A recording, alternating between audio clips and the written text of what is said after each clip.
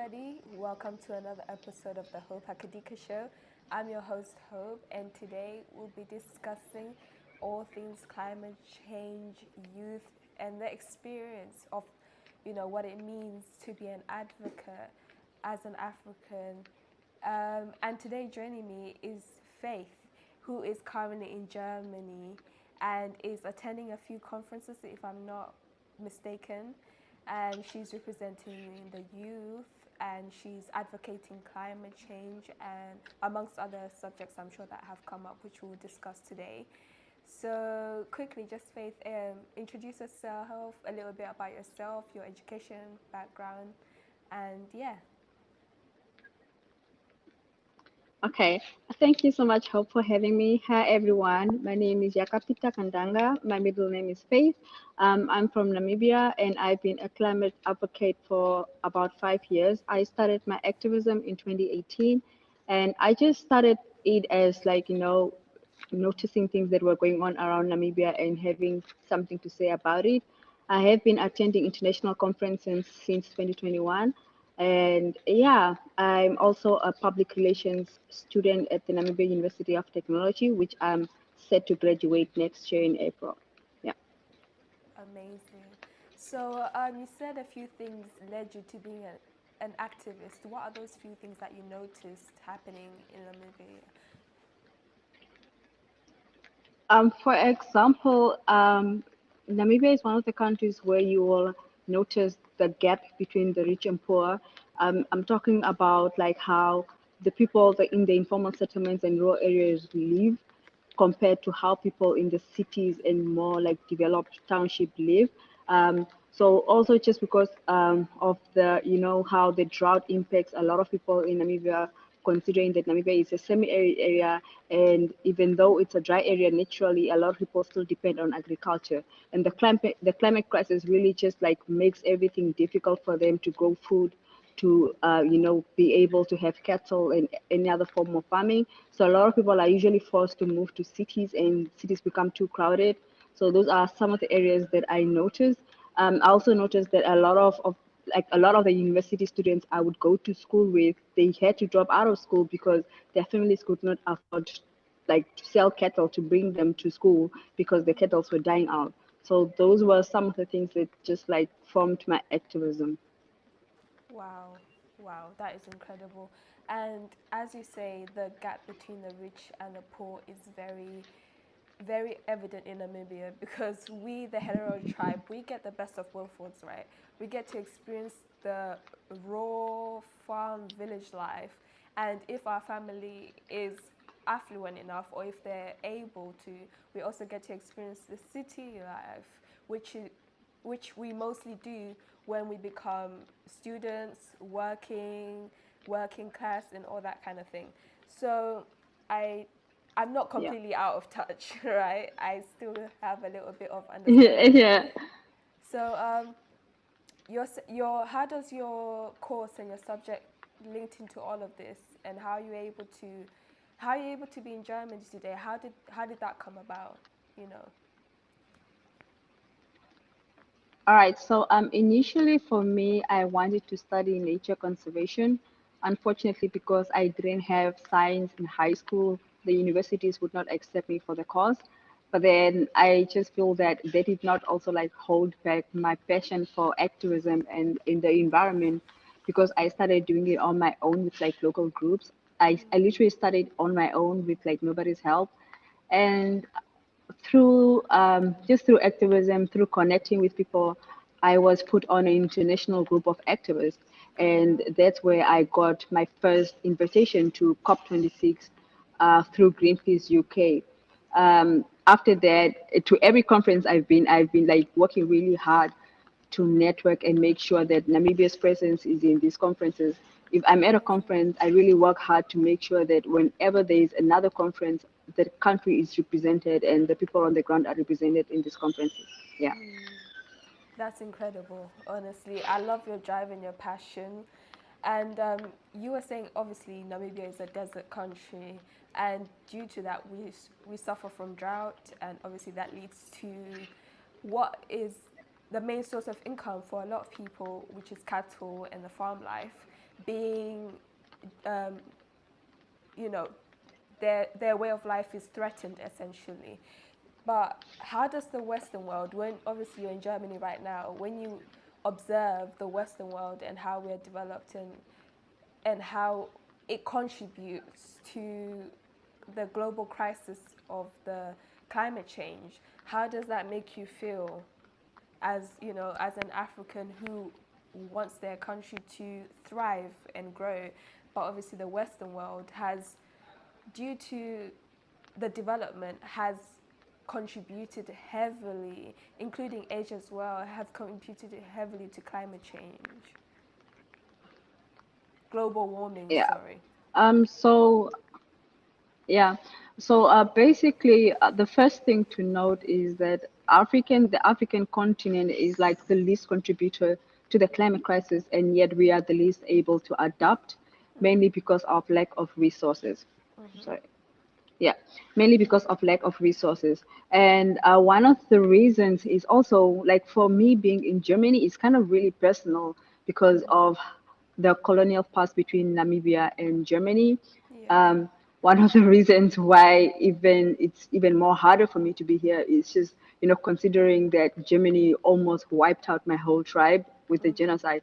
So it's not only about, sometimes it's not only about the climate crisis, it's also about the social injustice that has been going on and how they connect countries in the Western, like the global, we call them the global North countries, and then the global South are now the least, the least developed countries. So the global North countries have to take up the responsibility for causing the climate crisis through their emissions, and they need to take up this responsibility by paying climate debt and climate reparations, which will allow for global South countries like Namibia and other African countries to be able to afford mitigation and adaptation. So also one of the reasons why we come to these conferences is just to put that topic on the table that we did not cause the climate crisis. But then right now, the discussions that are going on in these rooms is how they are going to prevent the climate crisis, which is not the case because the climate crisis is already happening around the world. It's just that they are too developed to be understanding or to be experiencing the impacts. I mean, people in South Africa are already experiencing landslides. Kenya is already having droughts where massive people are dying. Yemen, people are dying from hunger every day. But then because countries in Europe, they are too developed, they don't understand and they don't connect this. So I feel like it's also one of the important reasons why we have so much youth in these global spaces, or why we try to bring so much youth in these conversations, because clearly they understand more than what the policymakers are doing, and that's why they need a seat at the table when discussing these types of topics. Amazing, amazing. I love that. There's something that you said that really struck me, and now that as an African living in the UK, obviously this is my home now. I fight that truth every day, but it is. We don't really talk about climate change and global warming in a way that shows how we impact other countries. We talk about it as obviously the world is dying and we can do better to reduce our carbon footprint and all of that. However, we don't necessarily take our full accountability of the consequences that has had on countries that are still developing and still had the potential to build, but now they're having to take a step back in their development to try and counter save their environment due to things that have happened in the Western world and in other developed nations. So that is something to think about. And also at these Yes. youth conferences, who is attending? Are there representatives from all around the world? Who are you talking to? Okay, so the SB is the conference that I'm currently attending. It's a pre-COP conference. It's basically they're just in preparation for the COP 28 that is gonna happen in Dubai. Basically, most of the time it's a lot of like political powers, um, and yeah, it's basically political powers and businessmen. And the sad thing about like only allowing these people into these spaces is because even though they sugarcoat everything into be like into that they are looking for climate solution. At the end of the day, when something has to involve them, they always think about the money they're going to make out of it. They're never going to look for a cleanly sustainable solution. And every time that they look for solutions, it's also one that will impact other communities. For example, if a country or if a businessman proposes that they want to put solar panels in Namibia like for solar energy, it's also going to impact the communities they live there, because those communities will have to move out of that land so that these solar panels will be, so it's always like a solution but at a cost of communities. So mostly it's just about that, and it's why we like really push for indigenous people to attend these conferences. We push for marginalized communities to attend these conferences, but then at the same time having access to these conferences is very difficult because of visa issues. I can imagine. Political leaders and other leaders in general, they get the visas so easy compared to us. Like I had to suffer to get a visa to come to this conference, but then at the same time, there are Namibian political leaders that got the same, not the same, but they got their access around the same time as me, but it was easier for them to get a visa. So indirectly, it's like the German COP, or not the German conference itself, it's pushing forth like not allowing us into these spaces intentionally. Yes. Girl, I love that you're fighting to be in those spaces, and please don't ever stop. And I can see you making great, great change.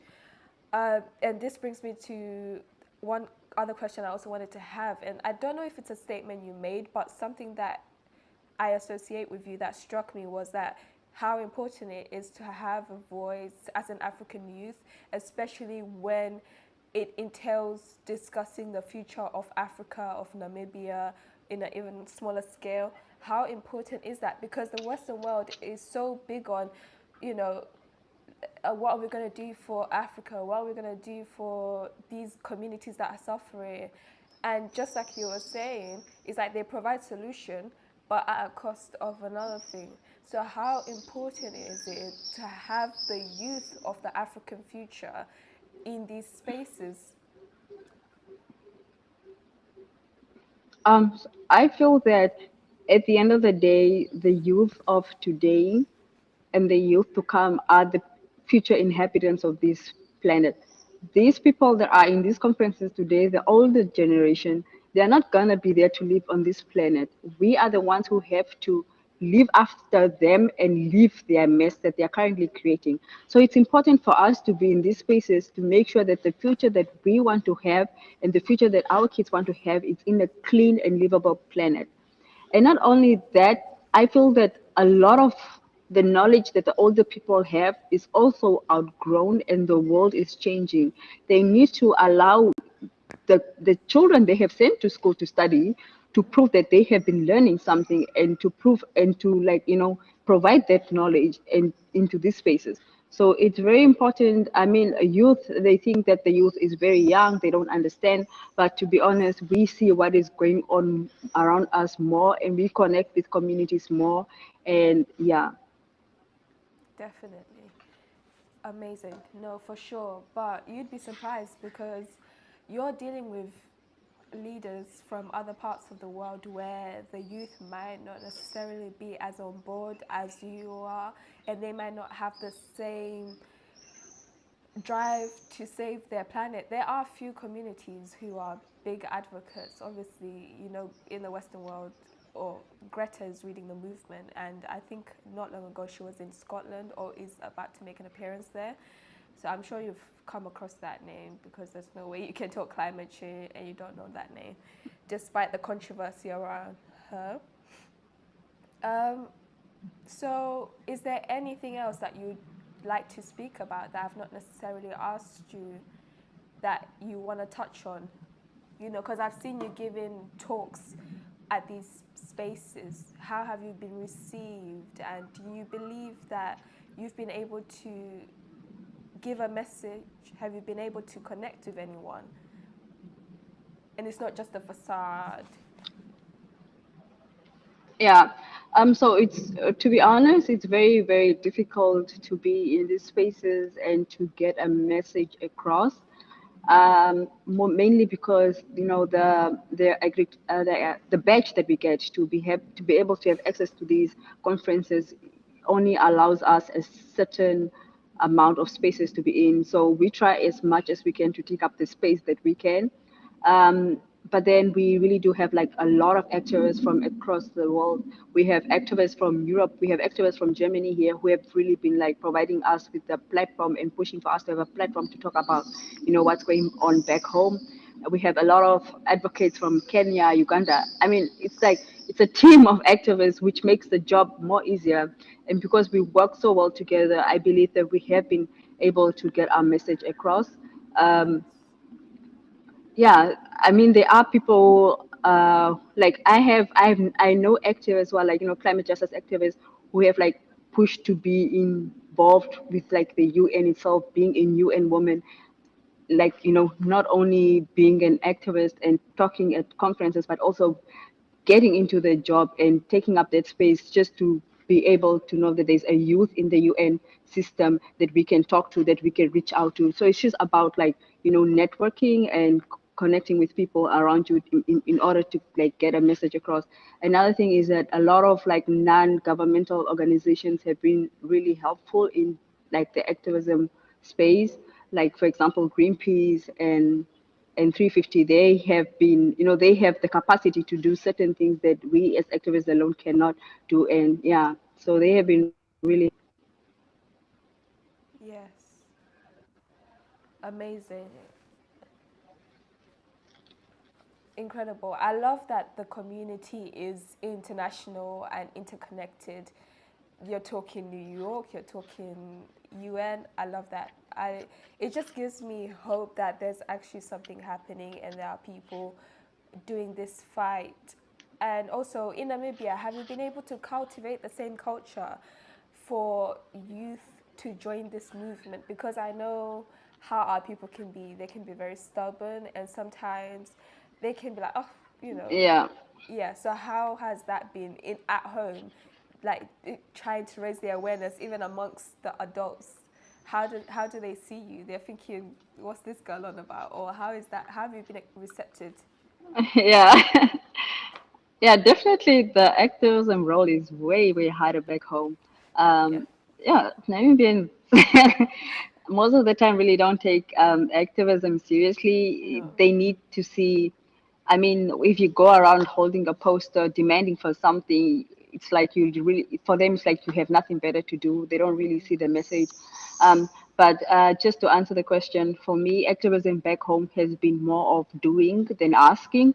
I literally stopped asking the government to do anything a long time ago and basically just, started doing things on my own. For example, teaching women in informal settlements how to grow their own food in a climate resilient way and in a way that they can make money from it. So that I did not get from the government. Obviously, I did that on my own, and it's been amazing because I have had like a lot of youth reach out, to help with the gardens and with the kids. Because most of the time we also work with orphanages and just teaching the kids like climate education, because it's also one of the things that is not included in the Namibian school curriculum. I mean, they have environmental studies, but nothing really speaks about the climate crisis, how it's caused, what your individual contribution is to it. So we teach the kids that from a very, very young age. So yeah, and a lot of that is done by youth. So Yes. yeah, I feel like the movement in Namibia is strong, not on the asking, but more of the doing. Yes. I love that. I love that you guys are doing it yourselves with or without the government. You're doing it. Just to speak on the situation in Namibia overall, because I know there's youth been complaining about employment and how has that been? What is your experience or what have you observed? The employment situation in Namibia should be declared a state of emergency because it's getting out of hand. I mean, you can graduate from university and still be jobless for 5, 6 years. it's kind of like there's just not enough opportunities for the rest of us. And it's funny because Namibia is one of the countries with like the least people on the planet. I mean, we're only 2 point something million, but then it's amazing how many people are on the streets and not employed. Um, we had a protest about that like some moments ago, Yeah. and I mean the government did like recruit new people for the defense force. They did recruit new people for the police force. But then again, not everybody is qualified in these fields. Not everybody is fit enough for these fields. I mean, like the fields that they are opening their doors to create employment are even fields that are not taught like in university. I mean, they have a military subject in university, but things like accounting, what kids really study, accounting, communication, their jobs are not available. So yeah. Wow. And obviously that has forced a lot of people to try and navigate other countries and try and relocate. And obviously, I'm sure, I don't know if you guys heard back home, but we had a little bit of a crisis here where a lot of Namibians tried to come to the UK at the same time.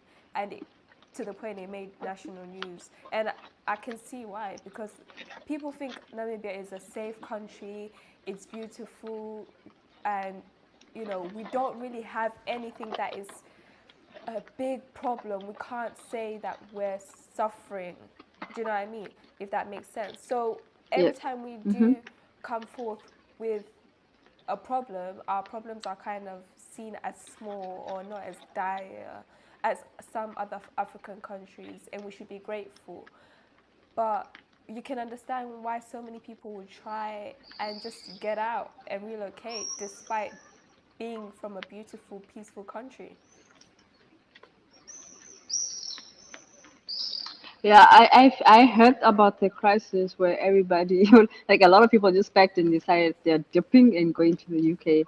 And it's a thing that has been going on. A lot of the youth, once they, graduate from university, they decide to leave the country because even if you graduate, you won't get a job in Namibia like that easily. You literally have to know somebody to make a connection for you in order to get a job somewhere.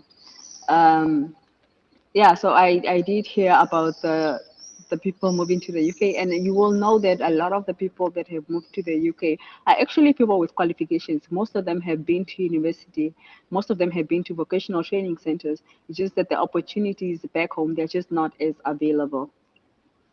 Yeah, definitely. As for Germany, what's the relationship with Namibia? Sorry, I'm not very up to date, but obviously, as you said before, there was a genocide with Germany and Namibia, and there's a big German community in Namibia as well that have remained there, and they choose to, you know, identify as Namibians. Is there? Because I know there was talks of reparations and things of that line. How has that been settled since the conversation spark? So I'm not really connected or very I don't have too much information on it. I just remember that like the Germans the Germany and Namibia had to sign kind of like a agreement where Germany had to pay for, the genocide of the Nama and Hero people. But last thing I remember is that the Swapo government of like Namibia decided to sign on of Hero and Nama people, and there was kind of like a conflict between the government and the Nama and Hero people because the Hero people and the Nama people felt like they went through the genocide. It had to be their right what they decided that Germany had to pay, so the government had no reason to intervene in it. So that is the last I remember about the German and Hero situation. And even right now, um, with the visa issues, I was really disappointed that as a Herero, not only as a Namibia, but as a Shehero speaking person, considering what German did to my tribe, I had to fight for a visa. It was really frustrating. Yeah. No, definitely. I asked it because the illusion that is given is that Germany have given open access to Namibians, especially the Namas and the Herero people, which is not the case. It's just something that they have said or to make it seem as if they have, done something to Mm-hmm. to cater to what happened in the past. And as you said, a lot of the Namibian government is not representative of all the Namibian tribes, which it's mostly, you know, the Vambu people are the ones who are leading the government for the most part, and they can't really speak on behalf of the Nama or the Hera people because they were not there to experience the genocide. Yes. But no, definitely. Thank you so much. Thank you so much, Faith. I really, really enjoyed this conversation. I really enjoyed this conversation, and I know there's so many people who are gonna learn so much from this conversation because you are so insightful and so passionate about what you do. And we are also gonna support you and support your movement. So anybody watching, just I will be sure to put Faith's details in in the descriptions so that you can go and check Hello? out her page and what she does. Yes, Faith? Yeah, I was just letting the people know where can they Oh, I'm find you on sorry. I social think media? my How can we internet. support you? How can we support you on social media? I feel like one of the ways that you can support is just basically by sharing our work. I share a lot of what we do in communities, and also just creating awareness about what's happening. And another thing to note is that a lot of what is happening in Namibia is done by European nations. A lot of what is happening in Africa is done by European nations. And that I mean by, the coal mining and the oil drilling. These are European banks that are funding these things. So what you can do is just like create awareness, and if you can like really talk about these discussions in your European spaces, just to create awareness that this is going on and these people exist and these people need help. Yeah. Yeah, so Europe continues to exploit Africa to this day. It has not ended as they try to portray.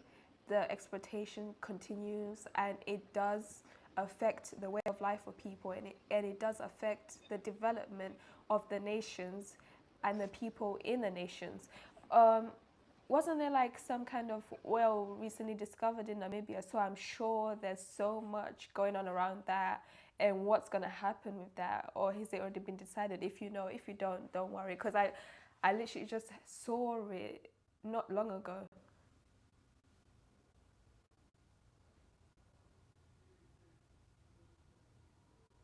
Yep, I think the internet held on long enough for us. We can be grateful that it's only starting to give us a little bit disruption towards the end. But yeah, thank you so much for joining me tonight, guys. I hope that you are able to get an insight on something that we've never really deep dived into before. But I'm so glad that we've had the opportunity to speak on climate change, the global crisis, and how essentially it's also affecting the African continent, more so Namibia. But thank you so much for joining me tonight, guys. Have a lovely, lovely evening, and we'll see you here again next week, Thursday. Bye for now.